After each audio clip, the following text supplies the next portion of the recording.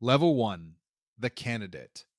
You show up at basic underwater demolition slash SEAL, Bud slash S, training in Coronado, California, with a shaved head and the naive belief that wanting it badly enough will be enough. It won't be. There are 185 men in your class. By the end, there will be 34. The instructors don't care about your college degree or that you maxed every fitness test at Great Lakes. They care about one thing: whether you'll quit. Everything from this moment forward is designed to make you do exactly that. You run 4 miles in boots on soft sand. You swim 2 miles in the ocean wearing fins that tear your heels raw. You carry a 200-pound log over your head with your boat crew, and if one man drops his end, everyone starts over. The strongest man in your class quits on day 9. He walks up to the brass bell, drops his helmet liner, and rings it 3 times. The sound carries across the beach. The instructors set out coffee and donuts next to the bell so you can watch your former classmate eat while you suffer. 3 more ring it before lunch. Then comes Hell Week. 5.5 days, 4 hours of sleep total, not per night. It starts Sunday at midnight with explosions, fire hoses, and instructors screaming contradictory orders for 132 hours. You don't stop moving. You run over 200 miles. You carry boats on your head until the skin wears off your scalp. You sit in the Pacific in January until you shake so violently the man next to you thinks you're having a seizure. By Wednesday, you hallucinate. A man in your boat crew holds a conversation with someone who doesn't exist. 75% of your class quits during Hell Week. You don't. Not because you're tougher than the men who did.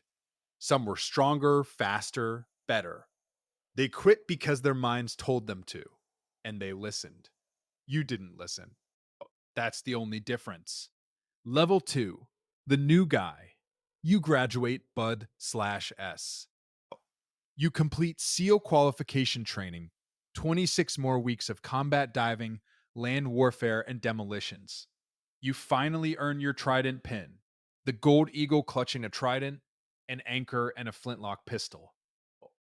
They press it into your chest, and you think this is the beginning. Everything before was just the audition. Your rank is Petty Officer 3rd Class, E4, the lowest operational SEAL. You report to your first team, and you are nothing. The men here have deployments, combat experience, scars, and the kind of silence that comes from having done things they'll never discuss. You carry the heaviest equipment on every operation. You clean weapons that aren't yours. You shut up and learn. Your platoon is 16 men, 2 officers, 14 enlisted. The platoon chief is an E7 with 12 years of experience who reads terrain the way you read a menu. He can tell from the way a village dog barks whether the compound ahead is occupied. You think he's exaggerating until the dog barks wrong one night, and the compound erupts with automatic fire. Your first deployment is 6 months of direct action raids, kicking down doors at 2 a.m. in places you'll never name publicly. You pull security on rooftops while assaulters clear rooms below.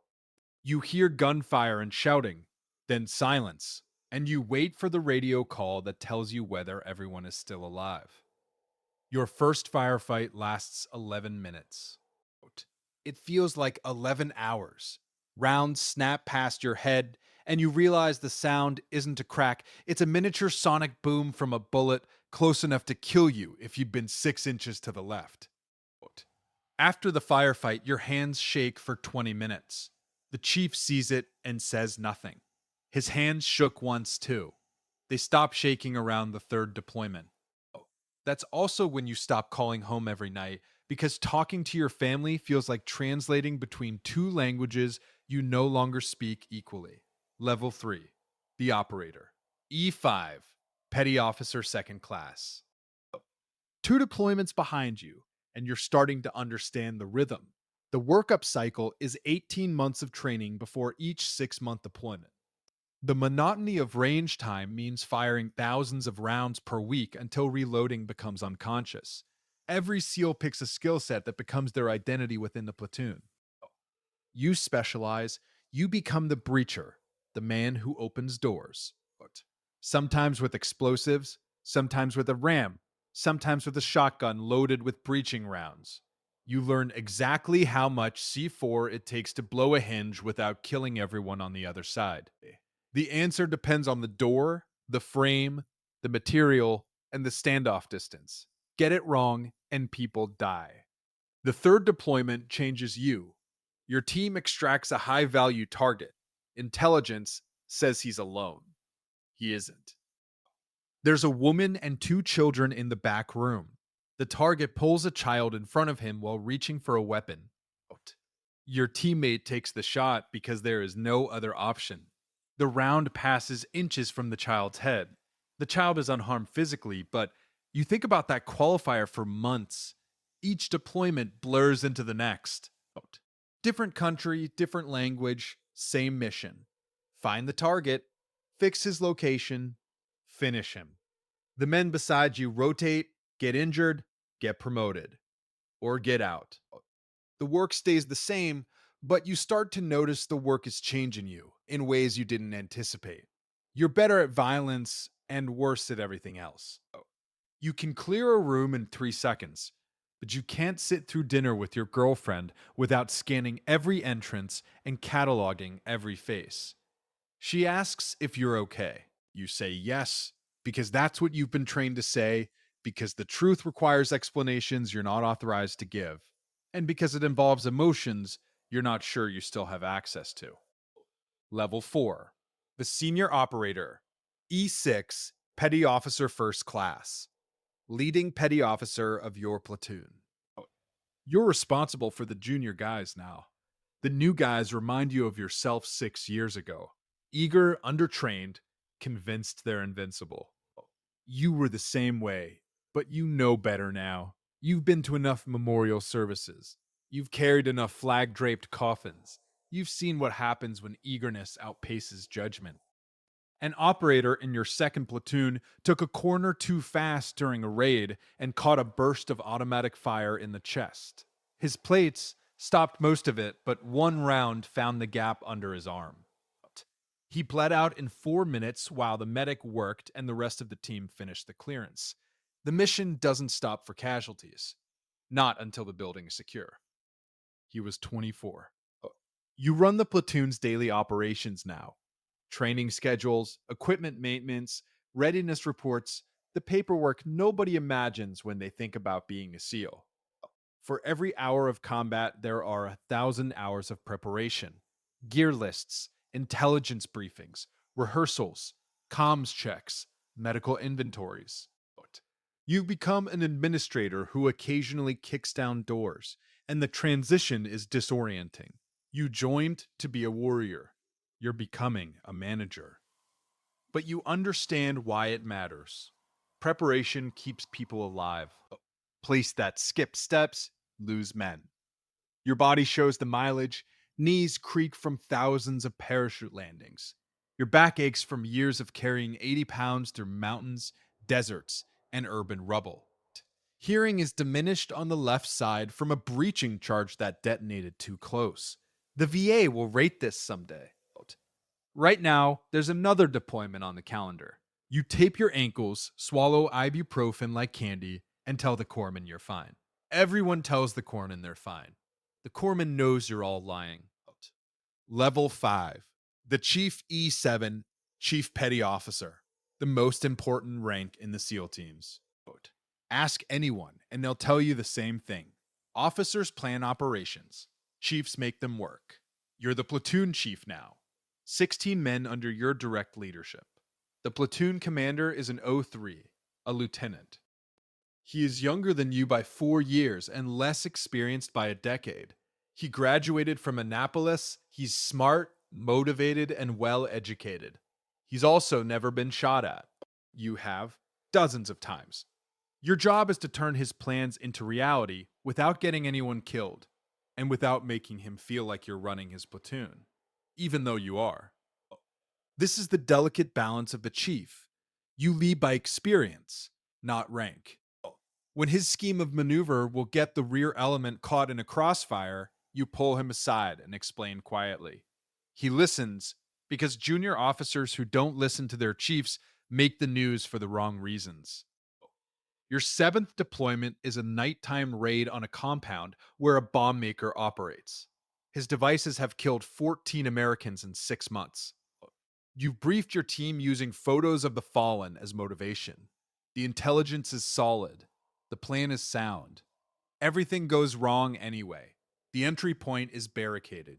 The breach fails on the first attempt. The target opens fire through the walls. One of your operators takes a round in the leg.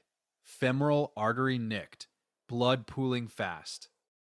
You drag him behind cover and apply a tourniquet so tight he screams. You call the Quick Reaction Force, QRF, and continue directing the assault while rounds punch through the plaster around you. The target is killed. Your operator survives after 8 months of rehabilitation. The mission is classified as success. You write the after action report on a helicopter with his blood still drying on your gloves. Nobody will ever read it except people with the right clearance. Level 6, the marriage. This isn't a rank, it's what happens between the ranks. It's the part the recruitment videos don't show. Your marriage ended during your fifth deployment. She called it irreconcilable differences. The actual difference was that you left for 6 months at a time and came back as someone she didn't fully recognize. Each deployment stripped away something civilian and replaced it with something operational. She'd find you at 3 a.m. standing in the backyard scanning the tree line for threats that don't exist in suburban Virginia Beach. Your kids are 8 and 11. Your son stopped asking when you'd be home. He checks the calendar on the refrigerator and counts the days himself.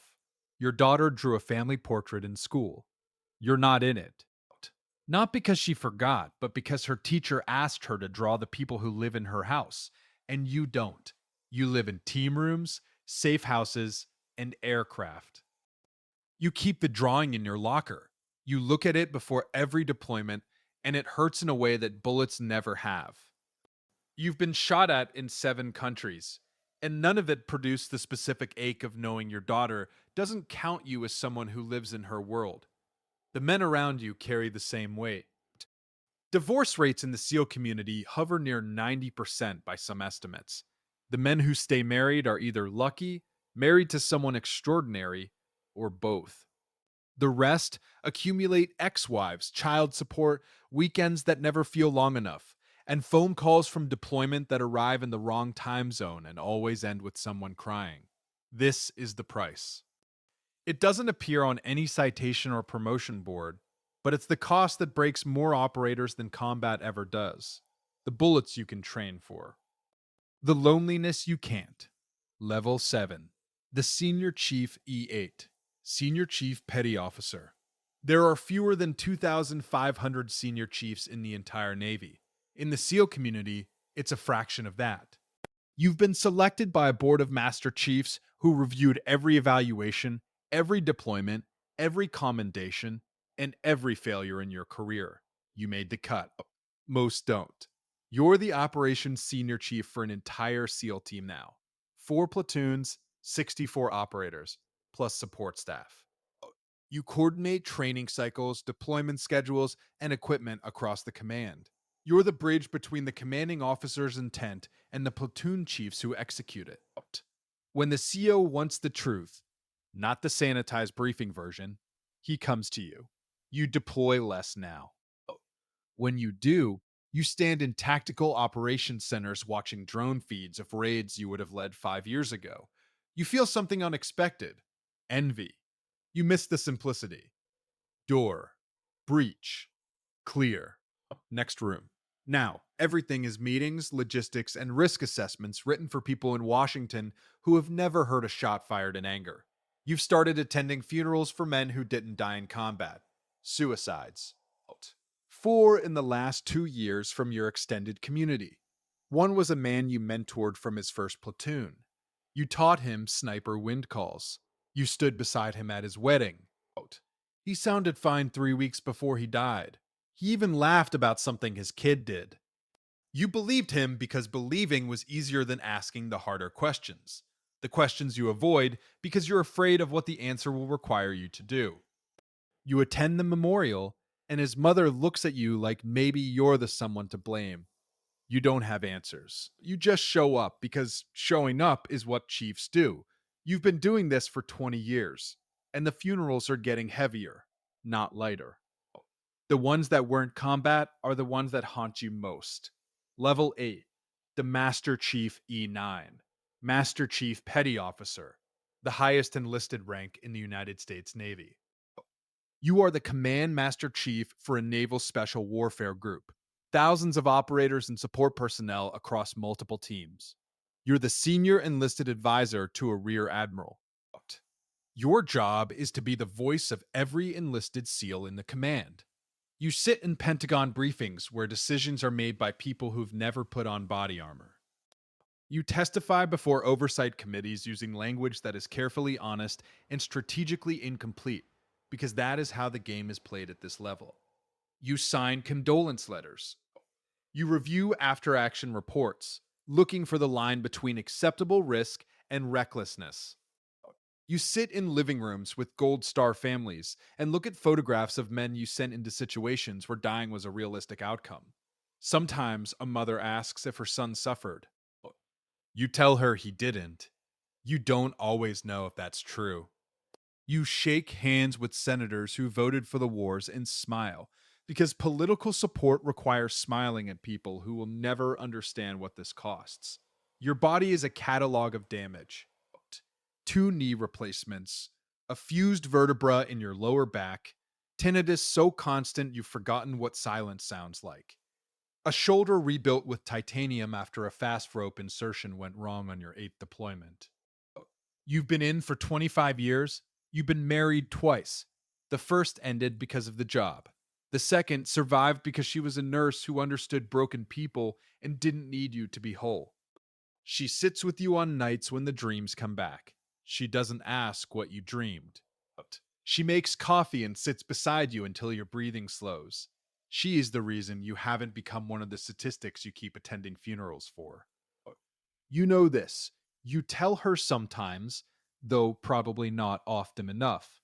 Level 9, the Trident. You retire. 28 years.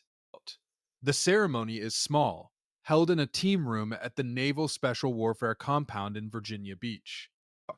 50 people attend. Not politicians, not generals, not public affairs officers, just the operators, the chiefs, the men who went through the same doors you went through and came out the other side. Your CO reads a citation that describes your career in language that is technically accurate and emotionally insufficient. 11 deployments, 9 combat tours. A silver star for carrying a wounded teammate 400 meters under fire to an extraction point while returning fire with your secondary weapon. The citation doesn't mention you were wounded, too. You didn't notice until the adrenaline faded and the medic pointed at the blood running down your arm. A shadow box is assembled. Your trident, your rank insignia, your patches, your coins, your entire career reduced to objects behind glass. You move to a house near the water because you've spent your entire adult life near the ocean and don't know how to be without the sound of it. You take a contractor job because they want your clearance and your contacts, and they'll pay 3 times your military salary. The work is adequate. It's not the same. Nothing will be. Your body wakes you at 5 a.m. because 28 years of muscle memory don't understand retirement. You run slower now, wearing a brace on your knee, with earbuds loud enough to cover the ringing that never stops. You stay connected to the community. You mentor young operators who call about deployments, marriages, and the darkness that settles in quiet months. You tell them the Trident is the most important thing you'll ever earn and the most dangerous thing you'll ever carry, because it becomes your entire identity if you let it. Some listen. Most nod and return to the team room because they're 26 and invincible. You were the same. You tell them anyway. Level 10, the cycle. Somewhere in Coronado right now, a class is forming on the beach. 180 candidates stand in the sand, shivering in the pre dawn darkness, staring at a brass bell they swear they'll never ring. They've watched the movies, they've read the books, they're dreaming of the Trident. They have no idea what it costs. They don't know about the deployments, the doors kicked in at 2 a.m., the split second decisions that will replay in their dreams for decades. They don't know about the marriages that won't survive the fourth deployment, the children who draw family portraits without their fathers, the funerals for friends who survived combat but not the silence that followed. They don't know about the VA waiting rooms, the titanium joints, the ringing that never stops, or the nights spent walking the perimeter of a suburban house looking for threats that aren't there. They don't know the Trident pin will become the heaviest thing they own. Heavier than the body armor, heavier than the rucksack, heavier than the teammates they'll carry to helicopters under fire. They just know they won't quit. They're standing on that beach with 180 hearts beating and 180 minds convinced they are different, that they will be the ones who make it. Most won't. The bell will ring over and over in the coming weeks. The ranks will thin, the beach will empty. And the ones who remain, the 34 or 30 or 28 who refuse to ring that bell, will earn the Trident. They will become the most capable warriors on the planet. They will also become strangers to the people who love them, ghosts in their own lives, carrying classified memories in bodies that wear out decades before they should. They don't know this yet. They just know they won't quit. That's enough to start. It was never enough to finish. But they'll learn. They always do. The ocean doesn't care. The bell waits.